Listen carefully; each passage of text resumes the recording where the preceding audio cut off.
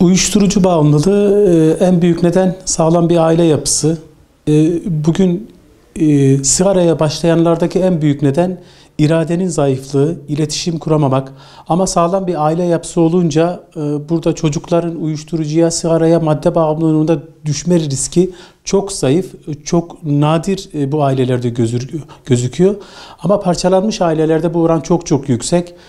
Bu oran artık ana sınıfı, ilkokul seviyesine düşmüş vaziyette. Bunun için de bizim mücadelemizi topyekün vermemiz lazım.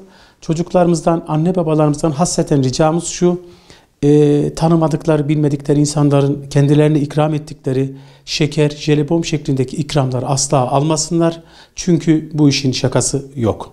Birbirimizi sevmemiz, birbirimizi saymamız lazım. Az önce de ifade ettiğim gibi bu iş tamamen ailede bitiyor. Aile çocuğunu sevdiği, saydığı ve takip ettiğinde, günlük çantasını kontrol ettiğinde bu işe bulaşma riski çok az. Ya da erken teşhisse eğer bu işe başlamışsa bu işi tamamen bitiririz. Sadece Yeşilay'ın, kolluk kuvvetlerinin, yerel yönetimlerinin, kamu kurumlarının değil, bu iş tamamen topyekün mücadeleyle Allah'ın izniyle ülkemizden silip atarız. Bizim derdimiz geleceğimiz, sağlıklı nesiller, çocuklarımız, ailemiz, ülkemiz. Zaten ülkemize uyuşturucunun, içkinin sokulması da bir savaş. Biliyorsunuz ilk başta gemilerle İstanbul'a getirilip bedava dağıtıldı. Bağımlılık sağlandı. Daha sonra da paraya pula bağlandı. Bizim en önemli, kıymetli yanımız, yıkılmaz yanımız aile. Aile olduğu müddetçe bu iş olmaz. Yani aile bizi uyuşturucudan tamamen uzak tutar. Lütfen birbirimizi sevelim, birbirimizi sayalım.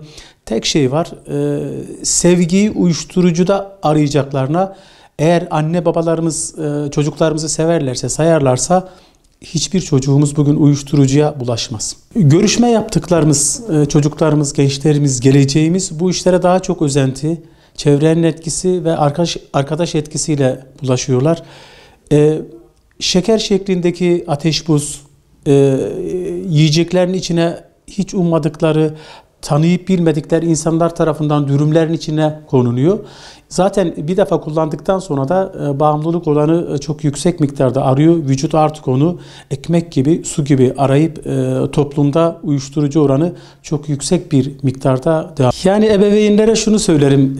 Bizim sözümüzün etkileyici olması için sigarayı bizim kullanmamamız lazım. Hem sigara kullanıp hem de içme dediğimizde inanın çocuğumuzun gözünde bizim sözümüzün değeri kalmaz. Çocuklara kitap okuyalım diyeceğimize biz kitap okursak çocuk bizi taklit eder. Ondan dolayı da en başta bize düşen iş sigara içmemek. Sigara içmedikten sonra zaten çocuğumuz içmez. Bugün çocukların gözünde en büyük rol anne babalar.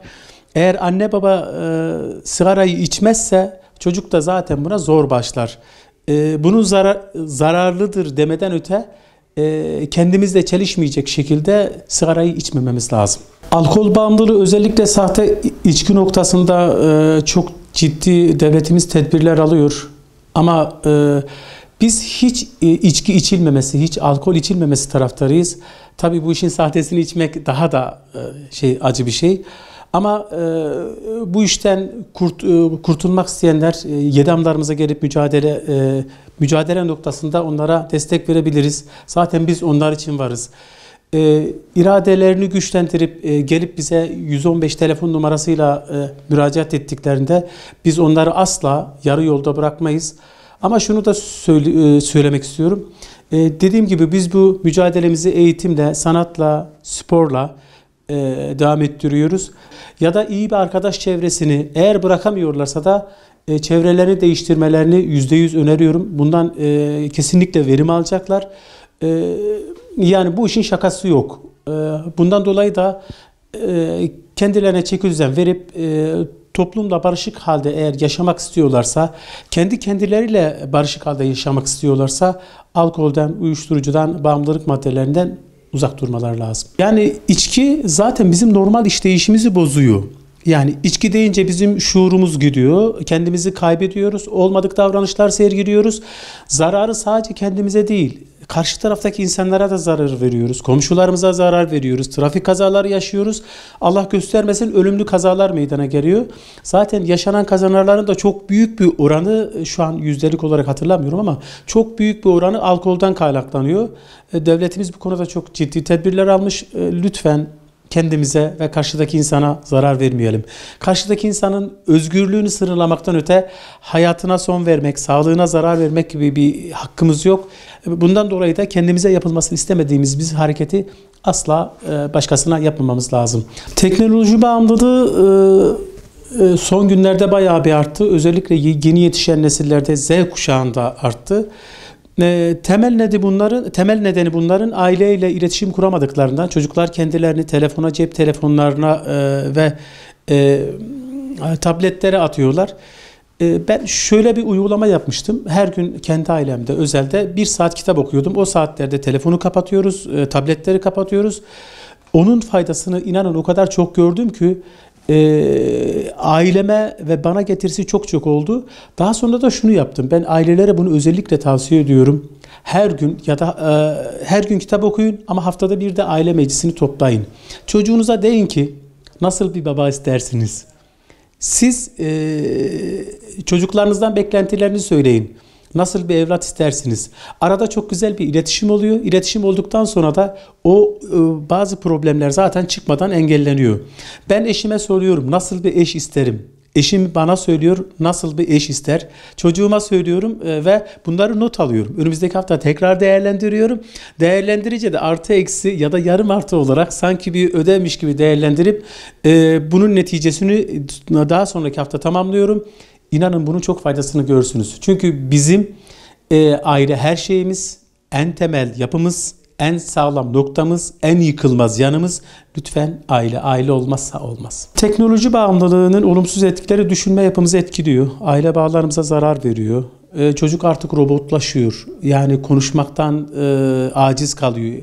Çevredeki insanlarla iletişim kuramıyor. Bu nedenle de toplumun içinde yalnızlık çekiyor. Bundan dolayı da arkadaşlarıyla, ailesiyle, kardeşleriyle sağlam bir iletişim kurması lazım. 1-7 Mart ülkemizde Yeşilay Haftası olarak kutlanıyor. 102. yıl dönümümüzü icra ediyoruz. Bu seneki sloganımız Yeşilay varsa hayat var temasıyla hareket ediyoruz. Alkol, tütün, madde, kumar ve teknoloji bağımlılığıyla mücadele ediyoruz.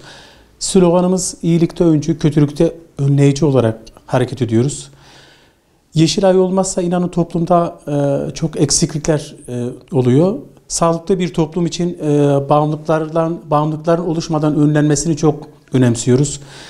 Yeşilay'ı eğitim, sanat ve sporla güçlendirip gençlerimizi hayata bağlamak, onların geleceğe umutla bağlamasını çok önemsiyoruz. Sağlıklı nesil, sağlıklı gelecek yetenek yarışmasını düzenliyoruz. 11 yıldır Milli Eğitim Bakanlığı ile bu yarışmamıza devam ediyoruz.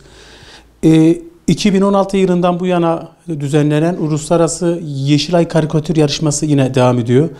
Yedamlarımız her zaman hazır. Allah muhtaç etmesin ama muhtaç olursa da 115'i aradıklarında biz onlara tamamen ücretsiz olarak hizmet veriyoruz. Bu işin şakası yok. Gençlerimiz elimizden kayıp gidiyor.